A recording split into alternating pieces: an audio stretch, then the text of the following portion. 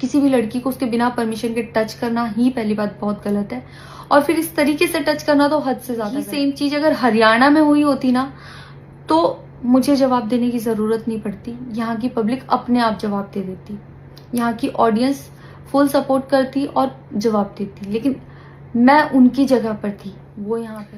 राम राम जी, मुझे आप लोगों से बहुत ज़रूरी बात करनी है, क्योंकि मैं 2 दिन से बहुत ज़्यादा परेशान हूँ, क्योंकि कंटिन्यू मेरे पास डीएम आ रहे हैं कि ये जो लखनऊ वाला इंसिडेंट हुआ, इसमें मैंने कुछ बोला क्यों नहीं, एक्शन क्यों नहीं लिया, थप्पड़ क्यों नहीं मारा, और कुछ लोग मुझे ही गलत समझ रहे हैं। कुछ मीम्स पे लिख रहे हैं कि ये तो हंस रही थी, मज़े ले रही थी, कि पब्लिक में कोई मुझे ऐसे टच करके जाएगा उसमें मुझे खुशी होगी, मुझे मज़े आएंगे।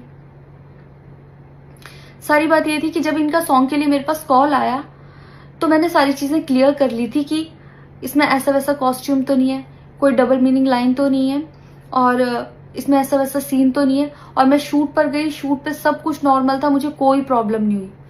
जब इन्होंने मुझे लखनऊ के इवेंट के लिए बोला तो मैंने हाँ बोल दिया, क्योंकि मुझे शूट पर भी कोई प्रॉब्लम नहीं हुई थी। और जब मैं लखनऊ में गई, मैं स्टेज पर थी, मैं पब्लिक से बात कर रही थी, पवन सिंह जी ने मुझे बोला कि इधर कुछ लगा हुआ है।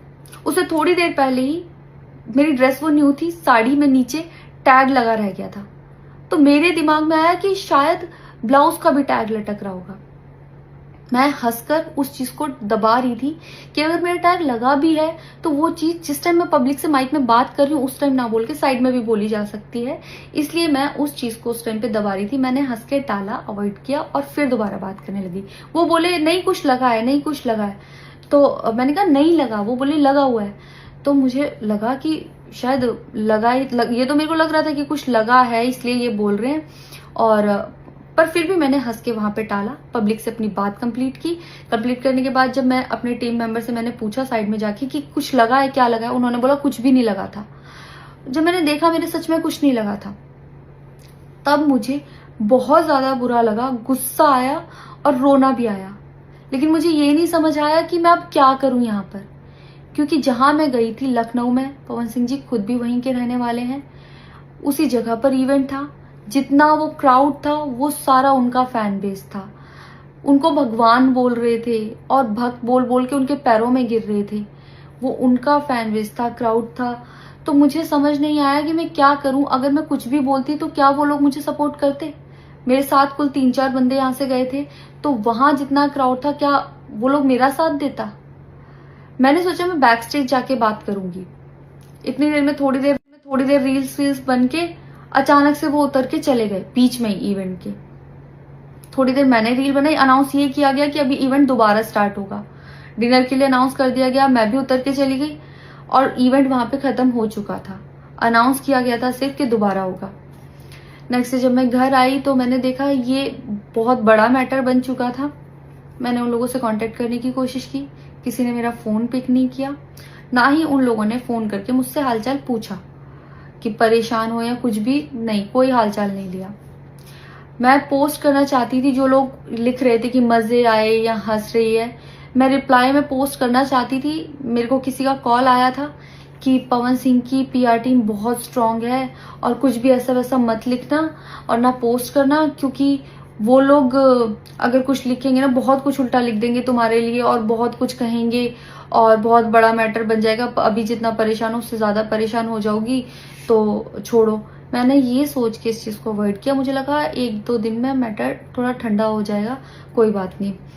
मैंने कहा पर्सनली कभी बात करूंगी इस बारे में इनसे, लेकिन बढ़ता जा रहा है। ऊपर से ना उनकी तरफ से कोई रिप्लाई मिला, और मुझे नहीं पता कि ऐसे में मुझे क्या करना चाहिए था और क्या करना चाहिए।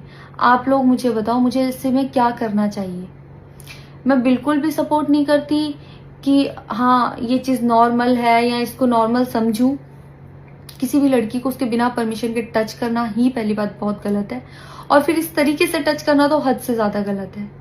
यही सेम चीज अगर हरियाणा में हुई होती ना तो मुझे जवाब देने की जरूरत नहीं पड़ती। इससे मुझे ये लेसन मिला है कि मैं भोजपुरी इंडस्ट्री में अब काम नहीं करूंगी। आर्टिस्ट हूँ तो नई नई चीजें ट्राई करने का मन करता है कि ये भी ट्राई करूँ, ये भी ट्राई करूँ, ये भी ट्राई करूँ। कुछ भी अलग सा आता है तो करने का मन करता है कि कुछ अलग होगा, कुछ नया ट्राई करती हूँ। और वो भी पवन सिंह जैसे सीनियर आर्टिस्ट के साथ कोलैबोरेशन थी तो हुआ कि हाँ कर लेती हूँ। होता है, अगर वो भी नहीं होते तब भी अगर कोई मेरे पास मराठी का भी प्रोजेक्ट आता तो मैं सोचती कि हाँ कुछ चेंज होगा, कुछ नया सीखने को मिलेगा, ट्राई करती हूँ। पर ये भोजपुरी में काम करने के मेरे साइड इफेक्ट थे जो मेरे साथ हुए। मैं अपने परिवार में, अपने हरियाणा में खुश हूँ। मुझे नहीं करना काम भोजपुरी में। पर आप लोग मुझे जरूर बताना कि इस सिचुएशन में अगर आप होते और आप वहां पर होते तो आप उस टाइम पर क्या करते और मेरी गलती कहाँ है। जय श्री राम।